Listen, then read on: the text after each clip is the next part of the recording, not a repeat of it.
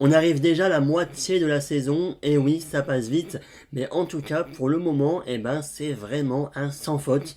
Secret Invasion, épisode 3, on en parle, c'est parti.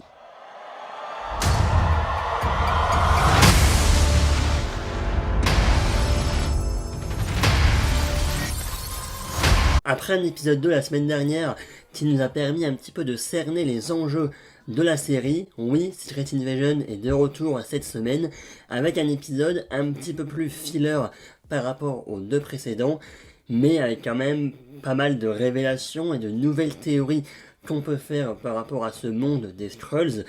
Et surtout, oui, un épisode quand même un peu plus court que d'habitude, qui dure là 43 minutes, générique précédemment et la générique de fin compris. Donc voilà, on est quand même sur environ une demi-heure de vrai épisode, mais une demi-heure vraiment rythmée, avec quand même de belles choses intéressantes, et surtout un cliffhanger de fin d'épisode. Il faut qu'on en parle évidemment.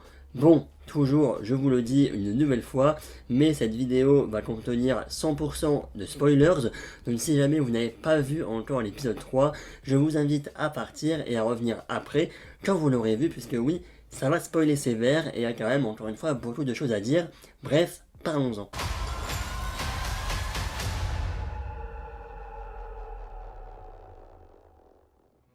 Que dire sur cette série, à part que oui, encore une fois, avec cet épisode 3, on est vraiment dans un ton plus sérieux, plus espionnage, plus thriller. Enfin, ça faisait longtemps dans le MCU, puisque oui, on avait, on va dire, l'habitude maintenant, dans les séries et même films du MCU, qu'on dédramatise un petit peu le côté épique de certaines scènes d'action, etc. Là, non, on sent que c'est la merde, il n'y a pas d'humour, voire très peu finalement, à part peut-être certains dialogues, notamment entre Nick Fury et Talos, mais sinon, oui, on reste très clairement dans le sérieux, on sent que c'est la merde, avec non, notre cher méchant Gravik, on va y revenir, mais Gravik qui est pour moi un très bon méchant et qui risque au fur et à mesure d'être de plus en plus puissant et de plus en plus power-up, puisque voilà, hein, là on a déjà vu qu'il a donc le pouvoir de Extremis lors de ce troisième épisode, puisque oui voilà, on rappelle un petit peu, d'ailleurs on va avoir une scène dans l'épisode où Gravik va parler avec donc la première ministre et les autres hommes politiques en leur disant que eux aussi ils vont avoir des super pouvoirs et que donc ils vont pouvoir se battre contre les humains qui ont également des super pouvoirs, en résumé les super héros, et que le but de Gravik c'est très clairement d'anéantir la race humaine. Oui, je le cite complètement. Donc en gros voilà, il a clairement dit le nom de Super Skrulls, il veut avoir des super pouvoirs pour pouvoir aller battre les humains et très clairement anéantir la race humaine. Et donc d'ailleurs pourquoi il y a quand même environ 1 million de Skrulls qui sont donc répartis sur la Terre. Et voilà, donc les Skrulls, ils sont évidemment sous forme humaine. On ne sait pas qui est humain, qui est Skrulls. Et encore une fois, c'est un peu tout le but de la série et dont ce cliffhanger de fin qui nous fait théoriser beaucoup de choses. On va y revenir en fin de vidéo. Mais voilà, donc notre cher Gravik souhaite avoir donc des super pouvoirs pour être un super Skrulls et donc il a besoin des branches de Groot, voilà, une partie du corps de Extremis et deux autres personnes, je ne sais plus. Je vous remettrai l'image donc ici. Voilà, on en a parlé lors de l'épisode 2. Voilà, je présume qu'il a réussi à récupérer les pouvoirs de Extremis, puisque oui, Talos va le blesser à la main et il va réussir donc à se régénérer, comme donc les pouvoirs de Extremis dans Iron Man 3, je crois. Voilà, donc en résumé, pour le moment, il y a quand même déjà les pouvoirs d'Extremis. On sait grâce au trailer qu'il aura les branches de Groot qui vont arriver lors d'un prochain épisode. Voilà, on sent quand même que ça va être la merde. Et donc, notre cher, excusez-moi pour la vulgarité, attention. Voilà, donc Gravik, qui va être donc un Super Skrull, veut se battre contre des humains qui ont des super pouvoirs. En résumé, des super héros. Donc on présume quand même que oui, lors du dernier épisode, lors de la bataille finale, on aura quand même, on espère, des super-héros contre les Skrulls. Enfin, contre les Super Skrulls en l'occurrence. Voilà, on peut imaginer, comme j'ai dit la semaine dernière, un Captain America, voilà, bah tiens, c'est vraiment pas voulu à chaque fois, mais voilà, un Captain America, why not, mais peut-être également un Captain Marvel pour faire le lien entre The Secret Invasion et donc The Marvels qui sort le 8 novembre prochain au cinéma, puisque on sait que Nick Fury sera également de la partie dans le film The Marvels. On peut imaginer également super-héroïne, pourquoi pas, donc Photon, donc Monica Rambeau, qui est également donc, dans The Marvels. Après, pour ce qui est de Kamala Khan, je l'imagine pas venir pour battre des Super Skrulls, voilà, hein, elle est encore jeune, voilà, elle est encore Young Avengers, etc.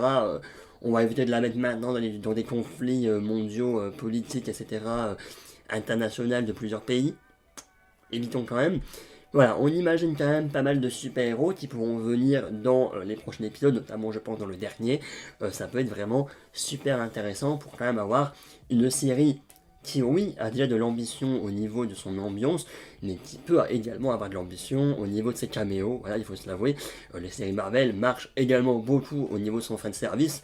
Voilà, hein, la scène post-générique de Miss Marvel, on avait Captain Marvel, ça m'avait redonné peut-être un point en plus sur la série parce qu'il y avait un caméo d'un grand personnage Marvel. Voilà, il y a également des rumeurs comme quoi des personnages autour de la série Agent of Shield étaient également prévus. Épisode 3, il n'y a toujours pas de personnage en rapport avec cette série, mais why not, ça peut également arriver. Il nous reste encore 3 épisodes, d'accord? Encore 3 semaines, encore 3 mercredis, on peut s'attendre à tout.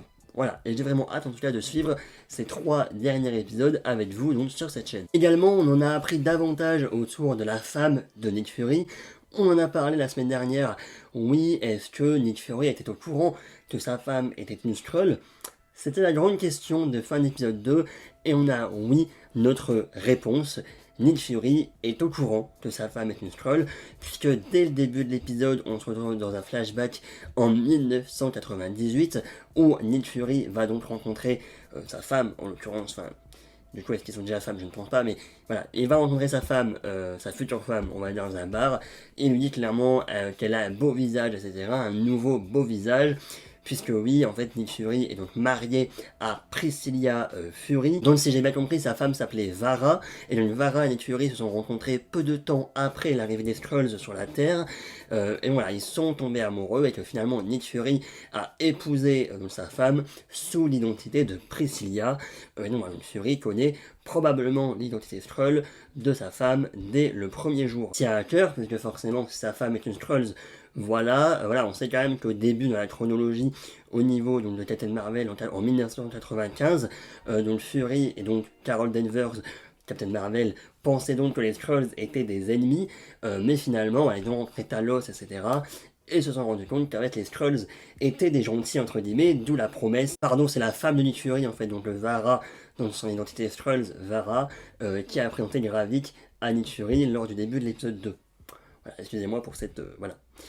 Donc voilà, donc ça explique du coup pourquoi Fury est proche de la communauté Skrulls. Mais finalement, est-ce que donc Vara Priscilla est en contact encore maintenant avec Gravik? Voilà, puisque Nick Fury le sait, évidemment, c'est sa femme qui lui a présenté Gravik pour la première fois. Est-ce que maintenant ils sont encore en contact? Et au vu de la fin de l'épisode, peut-être que oui. Oui. Si en fait, à la fin de l'épisode, on a donc Vara, Priscilla, ou l'appelez comme vous voulez, on va dire Priscilla, donc la femme de Nick Fury, qui va chercher un revolver et qui appelle quelqu'un. Elle appelle quelqu'un en disant je veux parler à Gravik, je veux aller voir Gravik, ok? Gravik est un Skrull. Priscilla, donc une Skrull, c'est Vara, ok? Et en fait, au téléphone, c'est quelqu'un qui lui dit avant d'aller voir Gravik, il faut que tu passes par moi. On imagine que oui, Vara Skrulls, Gravik Skrulls, la personne au milieu, évidemment, c'est un Skrulls. On imagine, évidemment, puisqu'ils sont tous des Skrulls là-dedans. Et je l'ai pas capté en finissant l'épisode, c'est après, en revoyant la scène en VF par exemple, également en voyant sur Twitter, que cette voix, on la connaissait. On la connaissait même très bien. Mais je vous laisse le suspense, on en reparle un petit peu après dans la vidéo. Voilà, c'était juste le petit, voilà. Petit suspense. Entre temps, il y a un missile qui va complètement tout exploser. Je ne sais pas où, mais un missile va commencer à arriver. Et donc on a Talos et Nick Fury qui vont refaire équipe et qui vont aller donc chez un certain Bob, voilà, pour essayer de annuler ce lancement de missile. Ok. Malheureusement, quand ils arrivent, et ben, il faut un code. Alors déjà, Bob se fait vite tuer, voilà, et il faut un code. Pour ce code, et ben, Talos a donc appelé donc, sa fille Geia pour demander le code, puisque oui, Geia travaille avec Gravik, mais en fait, elle est traître, elle trahit, d'où d'ailleurs le titre de l'épisode qui s'appelle Trahison, elle trahit Gravik pour, on va dire, aider son père, Talos. Et donc, elle va aller dans cette sorte de salle avec donc tous les vrais corps des gens. Bon, je vous mets des images, si vous n'avez pas vu l'épisode, c'est un peu hors contexte ce que je vais vous dire. Voilà, tout a un lien, ok. Bref, donc, Gaïa va donc dans cette salle avec tous les corps, puisqu'en fait, du coup, les Skrulls vont prendre l'apparence de quelqu'un, mais donc ce vrai quelqu'un est emprisonné dans une salle. Voilà, donc elle va là-dedans, elle va voir le vrai corps de Bob pour essayer de retrouver le code pour arrêter le missile. Chose faite, le missile n'est pas lancé, et franchement la scène j'ai trouvé vraiment bien, un peu de stress, etc. avec la musique, on passe de Gaïa, on passe donc à Talos, etc. On passe tout ça en fait, et j'ai vraiment beaucoup aimé toute la scène infiltration, combat on va dire au début, où donc Nick Fury et Talos vont rentrer chez Bob, et donc Gaïa qui va chercher le code. Gaïa s'enfuit, voilà, mais Gravik la retrouve. Et en fait, c'était un test de Gravik, puisque Gravik avait déjà des doutes autour de la fiabilité de Gaïa. Et donc là, bah, ça a forcément confirmé ses doutes que Gaïa était la traîtresse, évidemment, voilà, qui était la top. Et donc Gravik tire sur Gaïa. Gaïa, morte ou pas morte, écoutez, pour moi, elle est pas morte. Voilà, je vais vous dire la vérité. Ils vont pas se débarrasser d'Emilia Clarke au bout de 3 épisodes. Pour moi, elle n'est pas morte, mais sait-on jamais. Et donc voilà, on sent quand même que Gravik est prêt à tout pour anéantir la race humaine. Pour le moment, il a plus peur de rien. Voilà, donc il tue notre cher, apparemment tue notre cher Gaïa. Voilà, il veut être un Super Skrulls, il veut lancer un missile sur des sous-marins ou je sais pas trop quoi. Franchement, il est taré ce méchant, et franchement, un très bon méchant au niveau de l'univers Marvel. Voilà, par rapport à un fameux, je ne sais même plus les noms, tu vois, pour te dire, les méchants dans She-Hulk là, hein, voilà. Là on a Gravik. Il est en charismatique ce mec. Et donc oui, l'appel téléphonique donc à la fin, où Vara va donc téléphoner à quelqu'un pour aller voir Gravik, et ce quelqu'un dit il faut que tu passes par moi avant. Il est clair, je pense, hein, que oui, cette voix est la voix de Rhodey, donc War Machine, concodé. Mais donc, si Vara, qui est une Skrulls, veut parler à un Skrulls qui est Gravik, mais qu'au milieu il y a quelqu'un qui dit il faut que tu passes par moi avant à l'église Saint-James, cette personne au milieu des deux, voilà, est forcément un Skrulls aussi, enfin pour moi. Donc ça veut dire que Rhodey est un Skrulls, c'est la théorie que tout le monde dit sur le net depuis des jours, et des semaines même. Waouh. À partir de dire on commence avec Cross, qui est direct un Skrulls au bout de 5 minutes du premier épisode. Si on nous balance que Rhodey, qu'on a vu après Endgame, dans notamment Falcon et The Winter Soldier, est également un Skrull, j'ai très hâte d'être la semaine prochaine pour en savoir plus. Donc on imagine peut-être, on espère, ou alors on verra pas la scène nous spectateurs, mais que Vara ira à l'église Saint-James et qu'on verra Rhodey, qu'on verra la véritable Rhodey, ok. D'ailleurs, en plus, hein, j'ai vu ça sur internet, parce que oui, j'ai pas fait gaffe, mais on a donc Nick Fury, en fait, on a Talos qui va parler à Nick Fury, et qui va dire Nick Fury et pas Fury, voilà. Mais en fait, donc, c'était pas Talos qui parlait, c'était donc quelqu'un, en fait, c'était le vrai Bob. Voilà, en fait, le vrai Bob a appelé Nick Fury, mais en appelant Nick Fury. Et donc, forcément, il s'est douté qu'il y avait un truc qui allait pas, parce qu'il a dit personne ne m'appelle Nick Fury, mais tout le monde m'appelle Fury. Et lors de l'épisode 2, Rhodey, quand il parle de Nick Fury, ou même quand il parle à Nick Fury, je pense, il appelle Nick Fury et pas Fury, alors que justement, il vient de dire dans l'épisode 3 que personne ne l'appelait Nick Fury. Alors si on l'appelle Nick Fury, c'est qu'il y a un truc bizarre. Donc tu rajoutes à ça le fait de cet appel téléphonique en fin d'épisode 3, plus le fait en fait qu'il est chelou, hein, voilà, il faut se l'avouer. C'est quand même quelque chose de très bizarre, mais Rhodey peut être un Skrulls, et si c'est ça, juste waouh. Bref, merci à vous tous d'avoir suivi cette petite review, j'espère qu'elle vous aura plu, je pense que je n'ai rien oublié. On arrivera, j'espère, dans un épisode 4 très sympathique également, puisque généralement, le syndrome Disney+, c'est les 3 premiers épisodes vraiment bien, le 4 et le 5, mouais, enfin plus le 4, mouais, le 5 révélation, et le 6, c'est la fin de la série, mais donc ça rush, voilà, c'est des rushs. Là, honnêtement, ça peut être bien. Voilà, je pense que là, je suis assez confiant. Surtout qu'en plus, je trouve qu'ils n'essayent pas non plus d'avoir 20 000 intrigues, et ça fait plaisir. Je trouve qu'on reste vraiment dans la même intrigue. Il n'y a pas des intrigues secondaires à droite à gauche.